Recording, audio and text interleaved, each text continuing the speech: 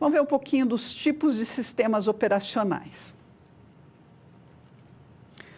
Então, vocês precisam explicar brevemente por que não é viável manter apenas o sistema operacional MS-DOS como principal gerenciador de recursos, pois atualmente há necessidade de trabalho com vários aplicativos e programas simultaneamente, principalmente no que tange o uso eficiente dos recursos de processamento e armazenamento. Então, explique o funcionamento desse sistema computacional. Observe a figura e os componentes que precisam ser considerados para a escolha de controles de funcionalidades de um sistema operacional e explique a sua importância para eficiência de máquina em termos de processamento. Então, o MS-DOS, só para esclarecer um pouquinho mais, MS-DOS foi um dos primeiros sistemas operacionais, aí antes do Windows, né, era um sistema operacional que nós podemos ver lá, se você digitar no Windows hoje o CMD, aquela tela preta lá que a gente trabalha com linhas de comando, tá? Então, esse era um modelo, né, do MS-DOS. Claro que nós não tínhamos nada das imagens, das figuras, como a gente tem na parte gráfica hoje do Windows. Mas era o que tínhamos, né? A gente criava tudo que nós criamos hoje muito mais simples, né? A gente deletava arquivos, criava arquivos, enfim. A gente fazia todas as funções do sistema operacional via comando, via linhas de comando, né? Hoje nós temos via linhas de comando, aí o Linux aí que nos dá uma possibilidade enorme com vários comandos, né? Para quem gosta de linhas de comando, temos uma parte gráfica também, tá? Enfim, a escolha, né? Nós temos uma série de parâmetros para fazer essa escolha, né? Se você quer um aplicativo pago, se você quer um aplicativo não pago, enfim, tem opções para a gente trabalhar. E tem gente que prefere mais um ou outro, tá? Uma questão aí de adaptações. Vamos ao quadro para entender um pouquinho mais. Os tipos de sistemas operacionais e a sua evolução estão relacionados diretamente com a evolução do hardware e das aplicações por ele suportadas. Muitos termos inicialmente introduzidos para definir conceitos e técnicas foram substituídos por outro na tentativa de refletir uma nova maneira de interação ou processamento. Isso fica muito claro quando tratamos da unidade de execução do processador. Inicialmente, os termos programa ou job eram os mais utilizados. Depois surgiu o conceito de processo e subprocesso e depois as threads, tá? Então, nós vamos até, durante a nossa disciplina, aí, falar bastante dos processos, das threads, o que são isso, né? Como que nós fazemos. Nós vamos conhecer aí um pouco da evolução, né? Mas, por quê? Porque precisou-se, né, com a evolução do hardware, né, também o sistema operacional precisou acompanhar essa evolução. Então, vamos ao quadro. Apenas em 53 ficou conhecido como primeiro sistema operacional chamado monitor. Era o nome do sistema operacional, não é um monitor que a gente enxerga, não, moçada. O nome do sistema operacional era monitor lá na década de 50, 53. O sistema operacional Monitor foi desenvolvido por uma equipe da GM que utilizava o computador IBM 701. Esse sistema operacional, segundo Machado e Maia, foi reescrito para o IBM 704. Né? Ele era usado por 701, foi usado por 704. Agora, vamos ver um pouquinho, né, da classificação desses sistemas operacionais, né? Então, segundo Machado e Maia, eles podem ser classificados. Os primeiros sistemas operacionais, eles eram monoprogramáveis, monotarefa. O que é monoprogramáveis e monotarefa? Nós vamos ver, né, alguns detalhes mais específicos, mas o que eles faziam? Eles faziam uma tarefa por vez. Então, eles utilizavam a CPU para fazer aquela tarefa, Enquanto não terminasse, eles não desocupavam a CPU, né? Ou seja, você mandava fazer uma coisa por vez, então se você estivesse imprimindo, você só ia imprimir, todo o resto ficava parado. Muito diferente da realidade que nós temos hoje, né? Então, uma pessoa só, você só podia imprimir, tá? Vamos voltar ao quadro. Depois vieram os multiprogramáveis, né? Os multitarefas, várias pessoas utilizando várias tarefas. E depois, né, veio aí o paralelismo com diversos processadores, né? Múltiplos processadores. Então, a gente tinha mais de um processador, né, trabalhando ao mesmo tempo, aí o que deu muita agilidade também aos processos, né? E o processador tem um papel-chave em tudo isso, né, em termos de rapidez. Então, aí foi criado o paralelismo, né, para agilizar cada vez mais. O que nós, usuários, queremos? Rapidez. A gente liga o computador, a gente já quer sair fazendo várias ações, né? É isso que nós queremos cada vez mais rapidez, né? Nós clicamos várias vezes lá no botão.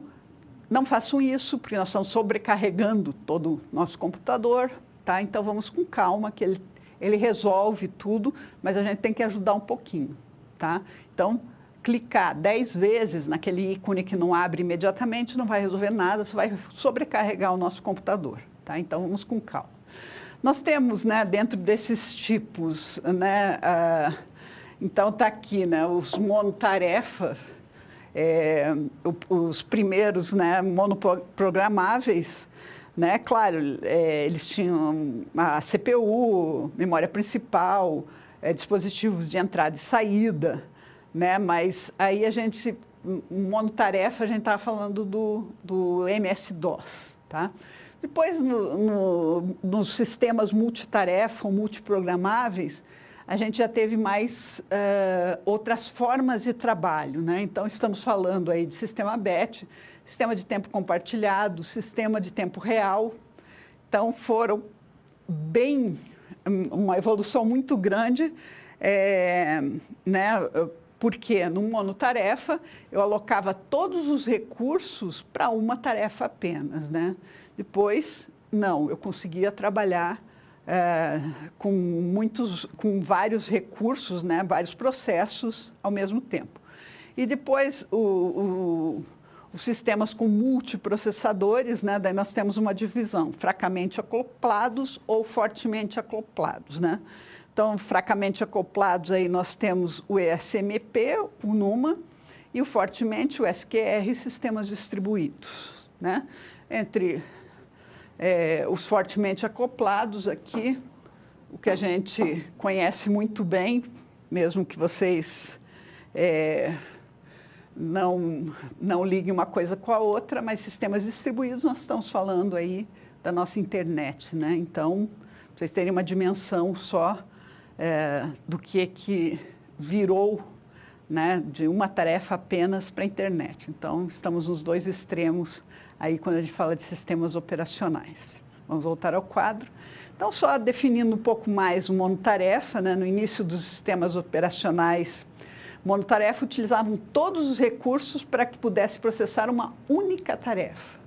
Essa característica fazia com que o processador ficasse extremamente ocioso. Esse tipo de sistema operacional não utilizava todos os recursos da memória se o programa não ocupasse todo o espaço existente. Quanto aos periféricos, por não haver preocupação em compartilhar dispositivos de entrada e saída, ficavam também dedicados a um único usuário. Então, um dos exemplos que nós temos é o sistema operacional MS-DOS. O segundo marco da evolução foi pautado no compartilhamento de recursos, na possibilidade de se trabalhar com mais de um aplicativo ou mesmo programas sendo processados ao mesmo tempo. Com isso, uma das preocupações ou responsabilidades do sistema operacional passou a ser o gerenciamento do processamento. Então, aqui já começou-se a se preocupar com gerenciamento de processamento, memória e o compartilhamento de recursos. Nesse sentido, os sistemas multitarefas também foram classificados em um único usuário ou em vários usuários, tá? Os sistemas multiprogramáveis monousuários eram utilizados apenas por um usuário. Por exemplo, quando nós fazemos várias tarefas ao mesmo tempo, editar um texto, usar internet, etc. E os multiprogramáveis, multiusuários, né, que requerem aí uma empresa, o compartilhamento de recursos, tá? E o multiprogramável multiusuário, quando a gente fala em batch, né, os batches já foram implementados na década de 60 e foi uma evolução bem grande, né, os programas processados com cartões perfurados. Na época, por exemplo, o vestibular era feito com cartões perfurados, os armazenamentos em fita ou em disco, né, que esperavam processamento, quando houvesse espaço na memória para que esse processamento fosse feito. Não exige interação com o usuário, né? Você programava para isso ser feito.